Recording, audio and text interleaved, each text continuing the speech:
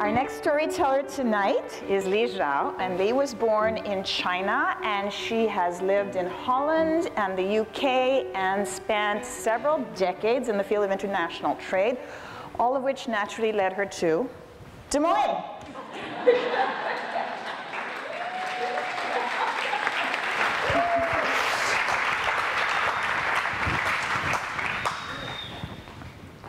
Well, this is perfect. On a cold January night, an older woman was waiting anxiously outside of the hospital. She was similarly excited, but also nervous. As soon as a beautiful baby girl's voice burst the hospital sky, she paused, stopped, walked around, and walked away. That woman was my grandmother, the mother of my fathers. And that baby girl was me. Well, you may wonder why my grandmother walked away simply because I was a girl. Well, when I was born, China has just implemented the one-child policy, who you might heard of, which means every family only get one shot in getting their favorite boys. My father was my grandmother's only boy. And it is the Chinese tradition that only the boy get to carry the family name on. With me being a girl, that means the family tradition and the family name will end with me. And that was the reason why my grandmother was so upset that she couldn't even bear to look at me on the day I was born. And obviously, I was too young to remember all of this. My mother has told me the story, and she has also assured me that eventually my chubby cheeks and my lovely smile has finally won her over. And such behaviors has never occurred again. But that really left a huge mark on my young heart. I wanted to prove to my grandmother that I am equal, if not better than boys. I'm just this little girl who was so desperately wanting my grandmother to love me equally as her other grandchildren.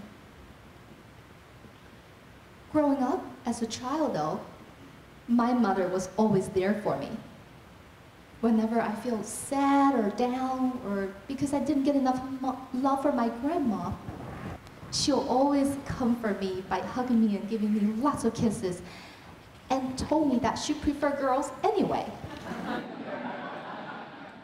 She told me she would have been raising boys for other people, plus their trouble.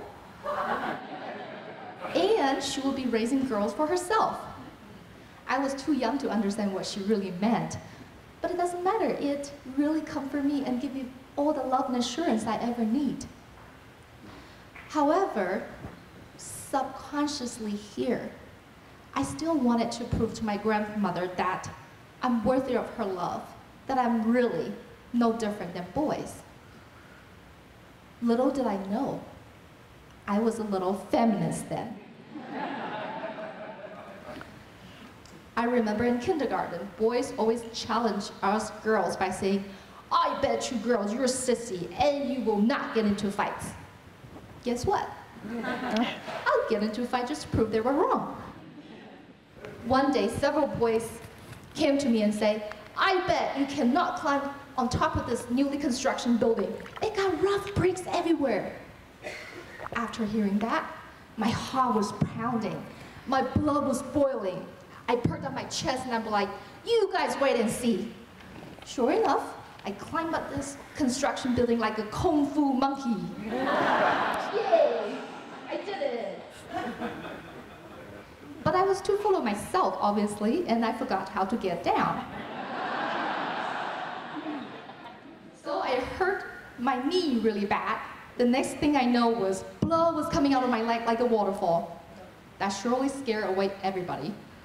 That scared the hell out of me too, because I always get into troubles like boys. I was like, oh my gosh, my mom's gonna kill me. So I cleaned up the wound, went to bed, and pretend nothing ever happened. 2 days later, I got a huge infection. My mom took me to the hospital. I thought I was done. But instead, she patted me on the shoulder and said, "That's the daughter I know. You always get into trouble. You're mischievous, so I hope you feel better." Well, the next thing I know, I was in high school. I was enrolled in the boarding school in China, and it was where in the high school they really emptied out the pressure.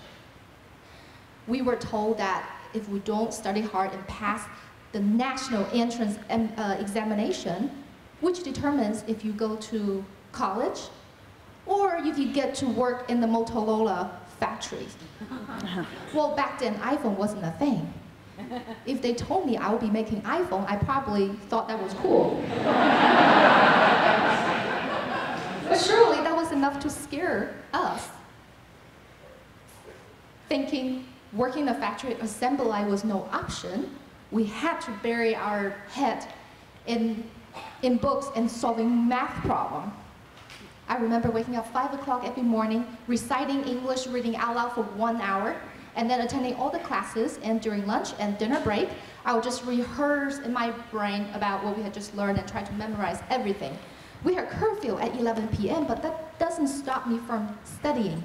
I had a little flashlight, I covered myself in a blanket, and I continue on.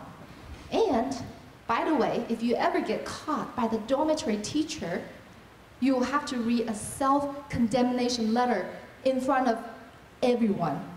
And I guarantee you that's the most fun thing you can ever be doing in my high school. Luckily, I never get caught. So if you do visit China, please don't tell my dormitory teacher. Well, my mother noticed this tremendous pleasure I was in. So even though she ran a small business then, working 6 a.m. till 10 p.m. every day, 7 days a week, she managed to bring my favorite treat to school to pep me up. Now, this treat is no ordinary treat. It's my all-time favorite. It takes several days just to prepare it. First, my grandma has to fatten the chicken up, and then they have to retrieve it from her patio, which is from the 3rd floor of a city apartment. And then my grandma will kill the chicken, pluck the chicken, cut it into individual pieces, and make sure it can put back into a chicken. Yes, you got it right, with the head and the feet. And I can tell you, the feet does not taste like fingers like my husband will tell you.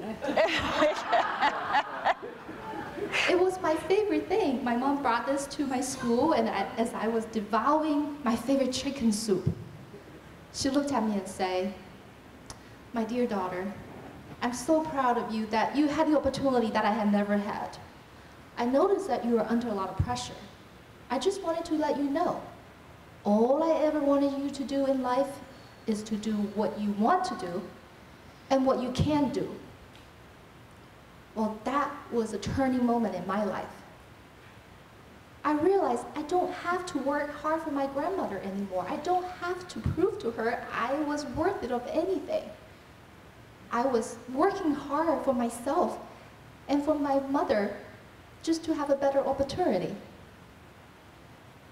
And surely, and luckily, I did pass the national entrance examination. I went on to college, and I was also offered an opportunity to study in Holland.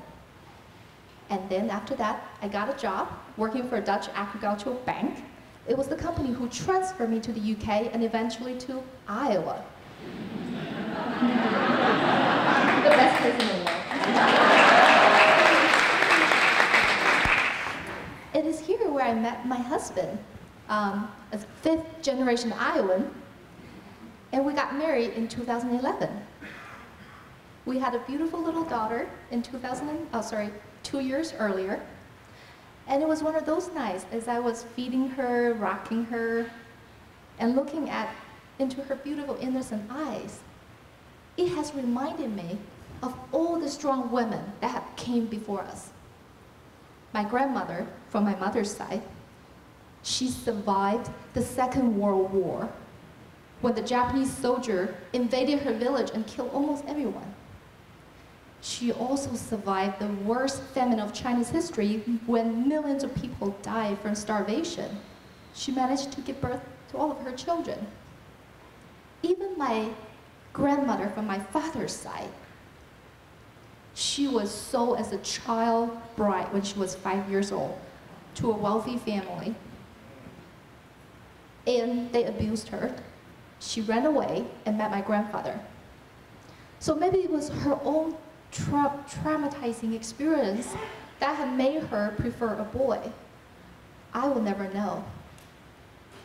But I know if she's watching me from heaven, I know I have made her proud. And I know, and I wanted to tell her in heaven that I kept my family name, Zhao, as my middle name, and I plan to carry our family tradition on. And then as I looking back into my daughter, and I was thinking, I cannot wait to tell my daughter when she grow up that on a hot summer July afternoon, both of her grandma, her Chinese grandma, and Iowa grandma, was waiting anxiously in the hospital. And as soon as a beautiful baby girl's cry burst the sky, they give her the best hug and all the kisses and all the love in the world that she deserved. And I cannot wait when she grows up. I'll give her my favorite chicken soup and tell her all I ever want you to do is do what you want to do and do what you can do. Thank you.